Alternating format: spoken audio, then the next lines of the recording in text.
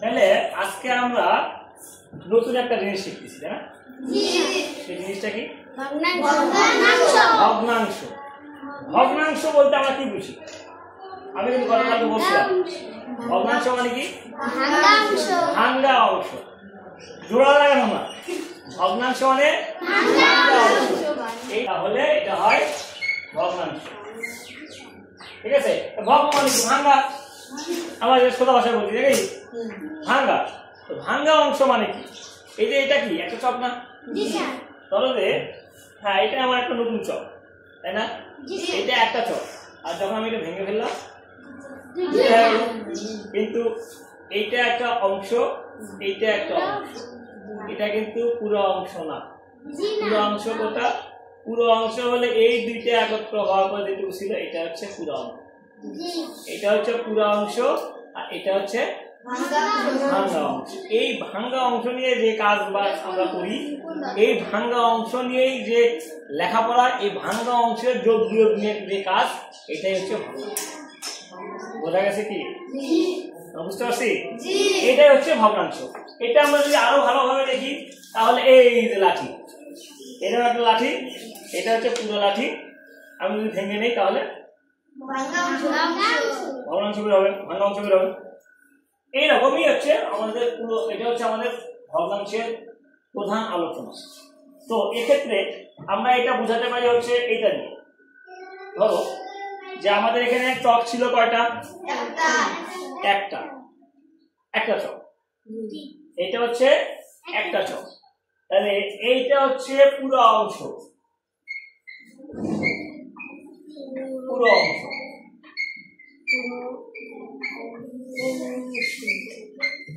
পুরো অংশ, পুরো অংশ। আর আমরা যখন ভাগ করলাম, এটা একটা, এইটা কয়টা অংশ হলো? দুইটা অংশ। দুইটা অংশ আমরা ভাগ করছি, দুইটা অংশ হয়েছে, দুইটা অংশ। এখন আমি যদি বলি এইটা কি, তাহলে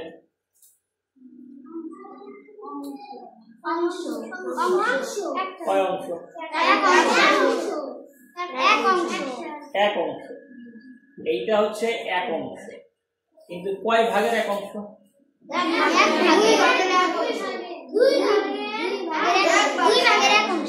দুই ভাগের এক অংশ। দুই ভাগের এটা কয় অংশ? কয় ভাগের এক অংশ? এইটাও এই দেখো, ভালো করে দেখো, ভাগ কয়টা এখানে? ভাগ কয়টা এখানে? দুইটা। ভাগ কয়টা? দুইটা। এখানে আমি যদি বলি এই অংশের নাম কি?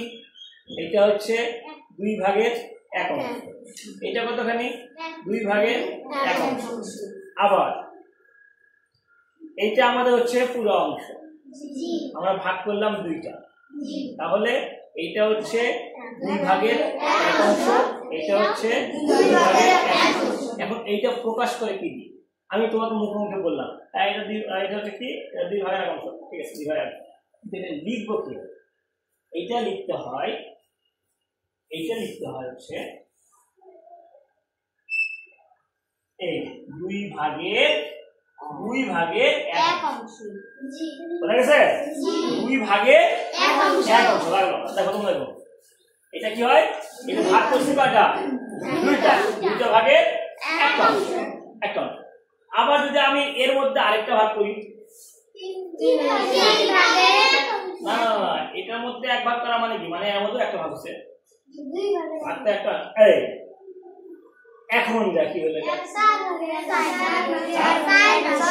তাহলে এর এই অংশের নাম কি?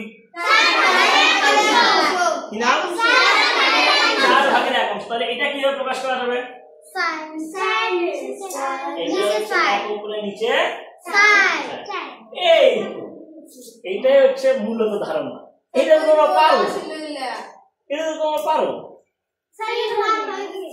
হ্যাঁ হ্যাঁ, এটা ওদেরকেও শেখাচ্ছি, এটা আজকে তোমাদের প্রথম শেখানো হচ্ছে। ঠিক আছে, এই যে চার অংশের এক অংশ কিভাবে লিখতে হয় এরকম। বোঝা গেছে? এরকম যদি আরেকটা জিনিস দেবো ধারণা দিয়ে, এটা ধরো যে এইটা একটা গোল, এটা গোল, ধরো যে এটা কি হতে পারে, এটা একটা রুটি, এটা একটা রুটি, সেই রুটি আমরা অর্ধেক করলাম,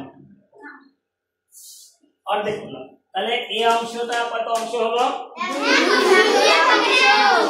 এটা হচ্ছে 2 ভাগের 1 অংশ, এটা হচ্ছে 2 ভাগের 1 অংশ, ঠিক আছে? 2 ভাগের। আবার এটাকে আমরা মাঝখানে আরেক অর্ধেক করলাম, এইটা হচ্ছে 4 ভাগের 1 অংশ, এটা 4 ভাগের 1 অংশ, এটা 4 ভাগের 1 অংশ। আগে আমি যদি আরো 1 ভাগ করে করি, দেখো তো আগে ভাগ করে, আগে বোনও তো ভাগ কাটা আছে, দেখো তো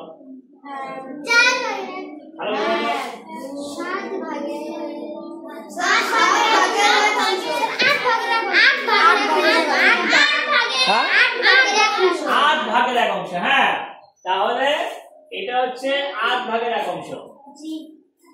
এইরকম করে ভাঙা অংশ বা ভগ্নাংশ এইভাবে প্রকাশ করতে হবে, ঠিক আছে?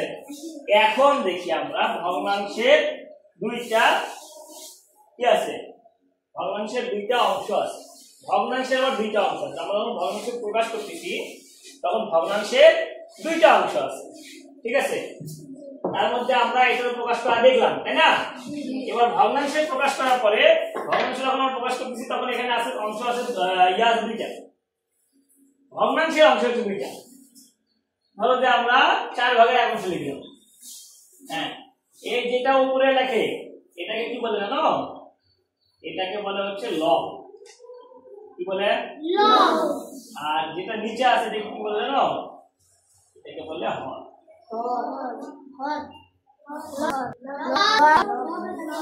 কঠিন উচ্চারণ? খুবই সহজ উচ্চারণ। উপরেরটা হচ্ছে ল, এটা হচ্ছে হর। দেখো এটা আর লবে হর বড়, এটা আমরা তাকালাম, এর মধ্যে সবগুলোর ক্ষেত্রে কিন্তু এরকম ছিল। আমাদের ছিল যে সব ভগ্নাংশের লবটা ছোট, হর বড়, এই সব অংশগুলোকে বলা হয় প্রকৃত ভাগ। আমরা এইভাবে দেখানো দেখাতে পারি, যে ভাষা আমরা বাস্তবে দেখা এই হচ্ছে কি প্রকৃত ভাগ। যে অংশগুলোর লব ও হর, এই অংশ হচ্ছে প্রকৃত ভগ্নাংশ। যে ভগ্নাংশকে আমরা ভাগ করে দেখাবো, তোমাদেরকে একটা চপ ভেঙে দেখালাম, একটা রুটি ভাগ করে দেখালাম, এইরকম আমরা হচ্ছে প্রকৃত অংশ। বোঝা গেল?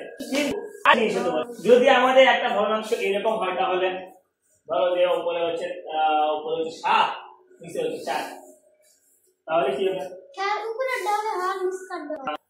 সবসময় এটা তো সবসময় এটা এরকম হয় যে লব বড় হয়ে গেছে, এটা প্রকাশিত অংশ নয়, প্রকাশিত অংশ নয়, এটা প্রকাশিত নয়, এটা প্রায় না, বাস্তব। সেটা আমাদের ভাষায় বলতো